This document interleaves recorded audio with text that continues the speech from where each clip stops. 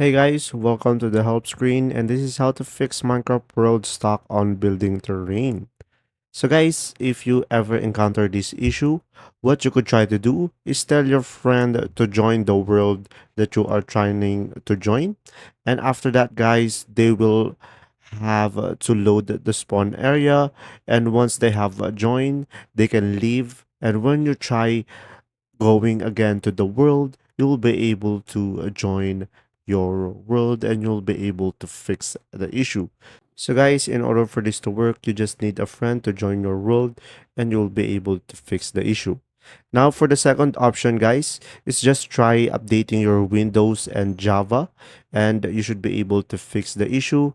But if it doesn't, for the third solution, guys, is try to lower your Minecraft graphics settings, like lower the graphics, the render distance, the simulation distance. So try to make everything as low as possible in order for you to join the game, and from there guys you should be able to fix the issue.